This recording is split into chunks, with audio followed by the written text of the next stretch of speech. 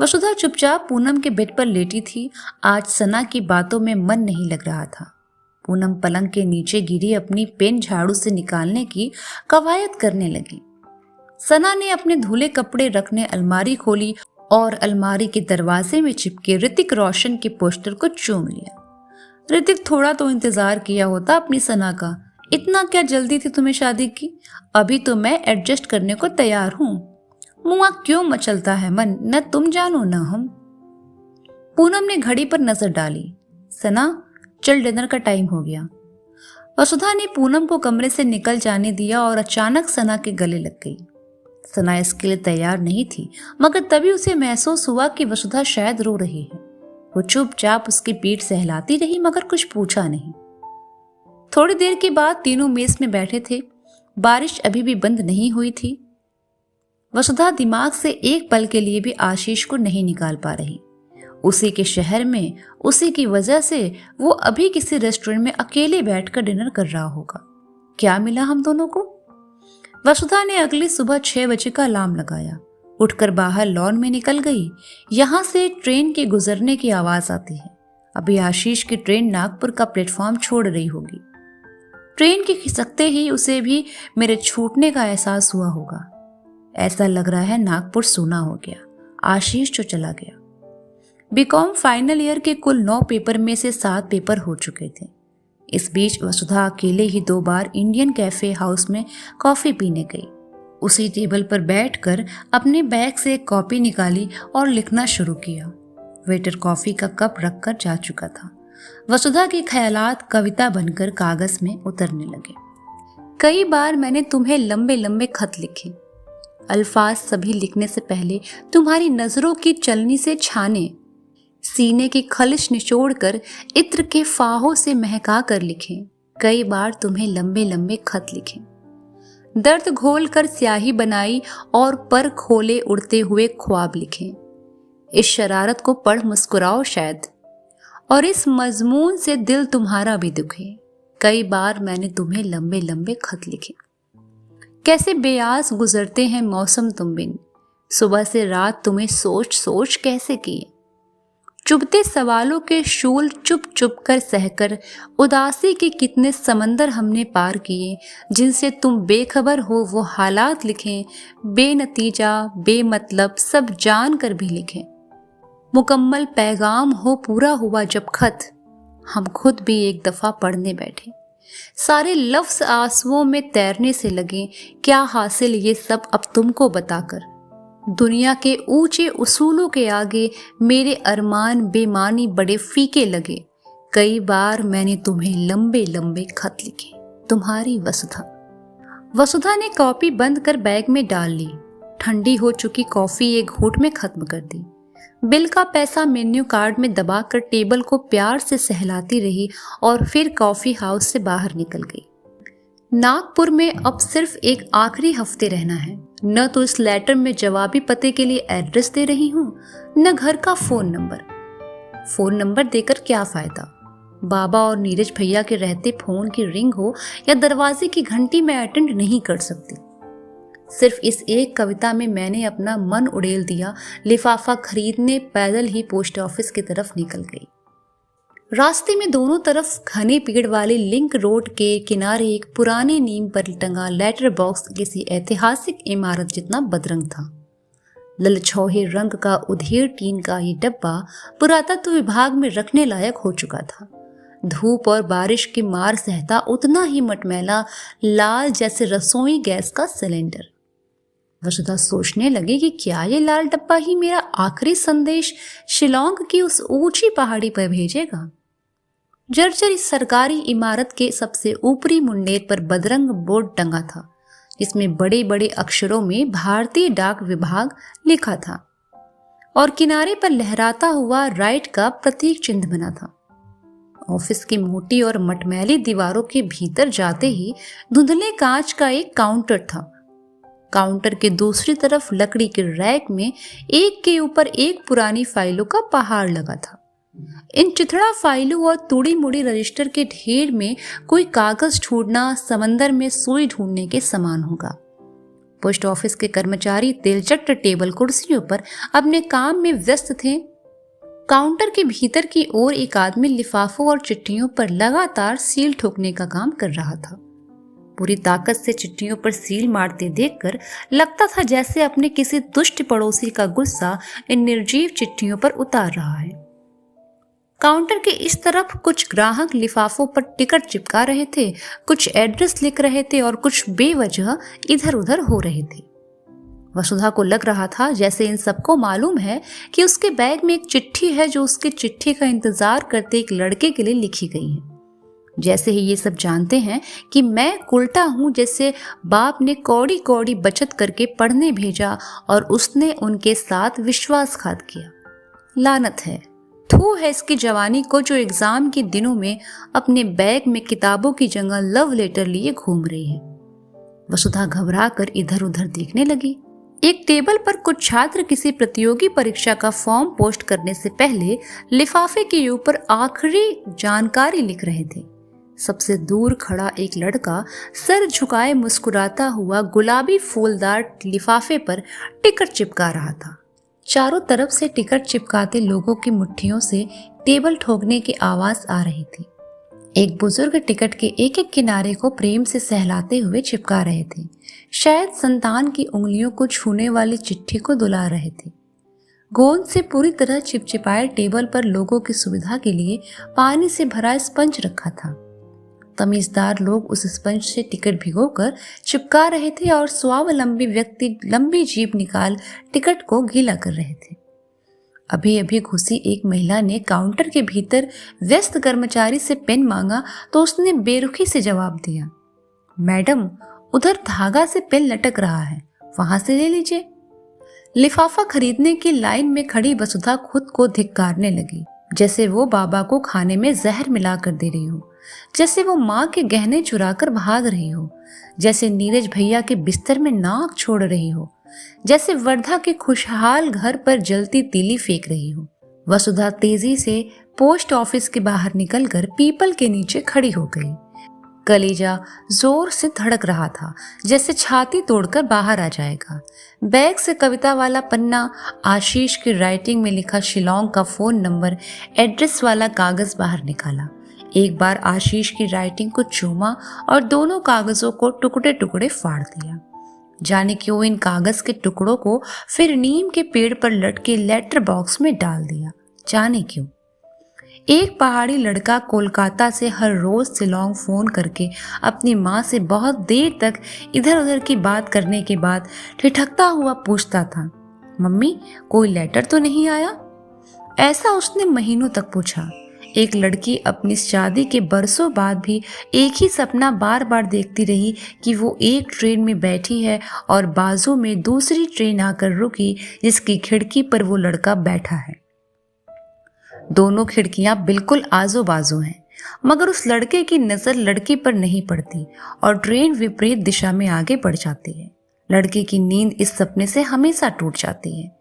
टूटे सपने आगे चलकर कई रातों की नींद तोड़ते हैं। लड़के और लड़की को फिर जिंदगी भर एक दूसरे की कोई खबर नहीं मिलती। कुछ मखमली यादें ताउम्र सीने में शूल चुभाने के काम आती हैं। वसुधा सास ससुर को खाना खिलाकर ऊपर आ चुकी थी। नलिन लैपटॉप में अब भी ऑफिस का काम कर रहा था। वसुधा बेड पर उसके सामने पालथी मोड़कर बैठ गई। अरे यार, आप जरा देर के लिए लैपटॉप छोड़ दिया करो। मुझे ये बताओ कि इंस्टाग्राम भी फेसबुक के जैसा होता है क्या? क्या पता दोनों इंस्टाग्राम में मिल जाए। फेसबुक पर तो कितने साल पहले ही ढूंढ ढूंढ कर हार गई और छोड़ दिया। सना या पूनम में से अगर कोई एक भी मिल गया तो दोनों से कांटेक्ट हो जाएगा, क्योंकि गोंदिया में दोनों के घर आसपास हैं। सना को फेसबुक पे आनंद के सरनेम के साथ भी ढूंढा। कॉलेज का एक फ्रेंड फेसबुक पर मिला था, उसने बताया था कि दोनों ने शादी कर ली, लेकिन शायद वो लोग फेसबुक पर नहीं हैं।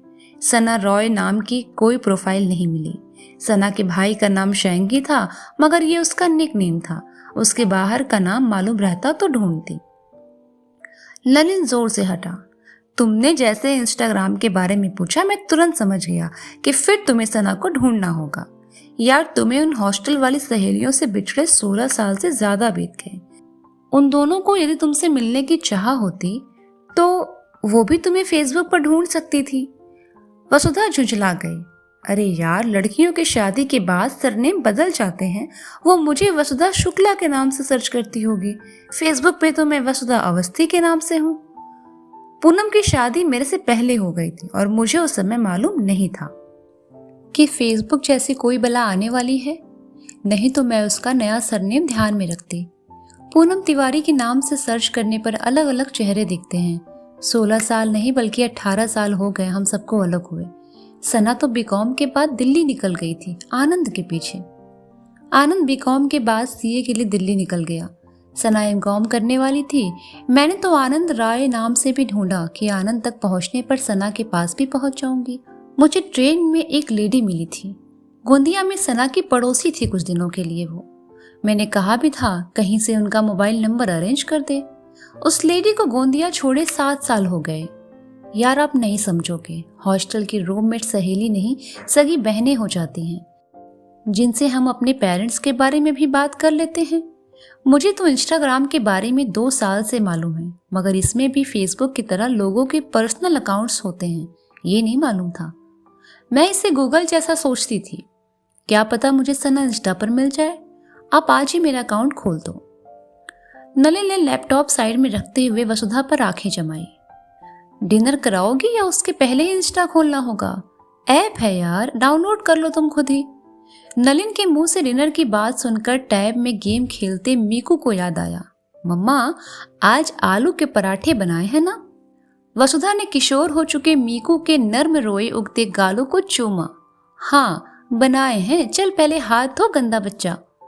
वसुधा के भीतर आज किचन समेटने की हड़बड़ी थी। मन उछल रहा था कि कब मोबाइल पर इंस्टाग्राम में नए सिरे से सना अग्रवाल, सना राय, पूनम तिवारी टाइप करके ढूंढेंगी। नलिन को उसने कह तो दिया था कि हॉस्टल के रूममेट में बहनों की तरह सब कुछ शेयर किया था, मगर मेघालय से नागपुर आए उस लड़के के साथ गुजरे 2 दिन उसके सीने में वैसे ही दफन हो गए जैसे बारिश के दर के पहाड़ दबा देते हैं, गांव के गांव बिना कोई सबूत छोड़े। वसुधा ने बिस्तर पर लेटते ही मोबाइल में इंस्टाग्राम के सर्च इंजन पर पहला नाम टाइप किया, सना अग्रवाल। अपरिचित तस्वीरों की लाइन लग गई, मगर वो सना जो लक्ष्मी दीदी से लेकर कश्यप मैडम तक की लाडली थी का दूर दूर तक कोई पता नहीं चला। सना के खिलते गुलाब के चेहरे से कोई भी तस्वीर दूर दूर तक मेल नहीं खाती। इन चेहरों में रूम नंबर 203 वाली शरारती सना कहीं नहीं। थक कर टाइप किया आनंद राय। अनगिनत अनजान चेहरे। किसी प्रोफाइल में कोई आनंद राय गॉगल पहने, कोई दूसरा आनंद राय अपनी गोल मटोल पत्नी के साथ, कोई किसी राजनीतिक पार्टी का झंडा पकड़े, मगर कॉलेज का वो सांवला हैंडसम आनंद राय कहीं नहीं। आखिरी कोशिश की और टाइप किया सना आनंद। वसुधा की स्क्रॉल करती उंगलियों पर नाम अटक गई, सना आनंद। वसुधा ने फौरन क्लिक किया तो दंग रह गई। बेहद आधुनिक कपड़ों में सना की ढेरों तस्वीरें, बड़े बड़े इवेंट के चमचमाते स्टेज में माइक लिए खड़ी है। सना आनंद की प्रोफाइल के नीचे प्रोफाइल डिटेल में लिखा था, radio jockey, social influencer, interviewer, stage moderator, anchor Mumbai. My God, मेरी सना! कौन कह सकता है कि ये नागपुर के हॉस्टल की वही शैतान गोल मटोल लड़की है। कितने स्टाइलिश, चमकते बाल, माइक थामे नाजुक उंगलियां, खुले कंधों वाले फैशनेबल गाउन, गोरे पैर दिखाते शॉर्ट्स में कितनी मेंटेन। कोई मॉडल या सेलिब्रिटी लग रही थी।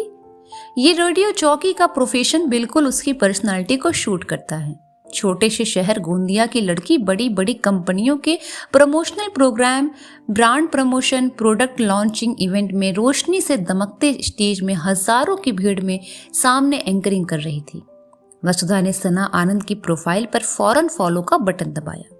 सना को मैसेज ही करना होगा क्योंकि इंस्टा पर उसके 12 लाख फॉलोवर हैं। पोस्ट की ढुई ढेरों तस्वीरों पर सना बड़े बड़े सेलिब्रिटीज की इंटरव्यूज ले रही थी, खिलखिला रही है। एक वीडियो में समंदर किनारे झबरीले कुत्ते के पीछे दौड़ रही है और बैकग्राउंड में गाना बज रहा है, लव यू जिंदगी। जिंदगी जरूर सना को लव यू कहती होगी। She was a girl full of life. Sana तो सही जगह पर है यार, तू थी ही एंटरटेनमेंट वर्ल्ड के लायक। हॉस्टल में भी तू जहां होती थी उस जगह उदासी पल भर से ज्यादा ठहर नहीं पाती थी। वसुधा ने सना के इनबॉक्स में मैसेज छोड़ा, हाय भूतनी, मैं रूम नंबर 204। वसुधा को मालूम था कि सना उसका मैसेज पढ़ते ही बावली हो जाएगी। अब तो उसे पूनम, शैंकी, आनंद, प्रणव, संध्या दीदी, हर्षिता, मनीष सबके बारे में मालूम होगा। सना बहुत एक्टिव है, तो उससे बात होने पर और लोगों की भी खबर लगे शायद। वसुधा हर आधे घंटे में मोबाइल उठाकर मैसेज चेक कर रही थी। रात 11:30 बज गए। आंखों के आगे 16 साल पहले की रातें घूमने लगी। पूनम और सना के साथ भुतहा कहानियों की वो लंबी रातें, प्राइवेट बातें करने रूम से निकलकर लॉन के बेंच पर बैठना और फिर लंबी नोकझोंक। अंकिता को अजीबो गरीब लव लेटर लिखवाती शैतान सना। उसकी इंस्टा प्रोफाइल प्रोफेशनल है। हर पिक में सना या तो बड़े से बड़े स्टेज में इंटरव्यू ले रही है, या पोडियम में खड़ी एंकरिंग कर रही है, या कोई हाई प्रोफाइल पार्टी कंडक्ट कर रही है, या रिकॉर्डिंग रूम में एक पतले माइक के सामने हेडफोन पहनकर बैठी है। खूबसूरत इतनी कि मुझसे 10 साल छोटी लग रही है। उसका प्रोफेशन ही है खुद को मेंटेन रखना। आनंद था भी तो ओपन माइंडेड, इसीलिए सना इतना प्रोग्रेस कर पाई। दोनों का रिश्ता कितना दोस्ताना था। एक बार क्लास में ताविश टेबल पर तबला बजा रहा था तो आनंद ने कहा था, सना बहुत टैलेंटेड है, तेरे इस बेसुरे तबले पर भी नाच सकती है। सना ने घमंड से कहा, मैं तो वॉशिंग पाउडर निरमा, सबकी पसंद निरमा पर भी नाच सकती हूँ। क्लास में बैठे 6-7 लड़के लड़कियों का झुंड टीवी के सारे ऐड गाने लगे। सना कभी कत्थक के स्टेप करने लगती, कभी जमीन में पालथी मोड़कर एक हथेली कान पर और दूसरा हाथ आसमान में उठाकर सुर देने लगती, कभी भांगड़ा करते हुए होठों पर उंगलियां नचाती हुई हुर्र की आवाज निकालती। उस दिन सना ने हंसा हंसा कर सबकी जान ले ली। आनंद ने पहले से ही उसके लिए लाइट चॉकलेट निकाल कर रोका। बस सना बस, आज के लिए बहुत है इतना, ये ले तुम्हारा इनाम। तो दोस्तों ये था उपन्यास फिर मिलोगी की आज का हिस्सा। मैं वैष्णवी मिलती हूँ आपसे अगले एपिसोड में। तब तक जुड़े रहिए और महसूस कीजिए इस अद्भुत कहानी की हर धड़कन को।